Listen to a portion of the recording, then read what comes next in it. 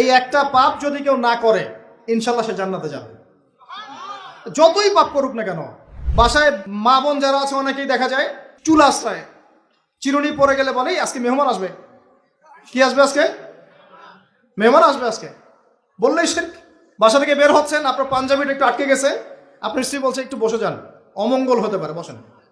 বাস মুশরিক, শিরক হয়ে গেল। মুসলিম সমাজে রন্ধ্রে রন্ধ্রে শিরক। এখন রাস্তাঘাটে উঠতে বসতে পেপার পত্রিকা খুললেই শিরক।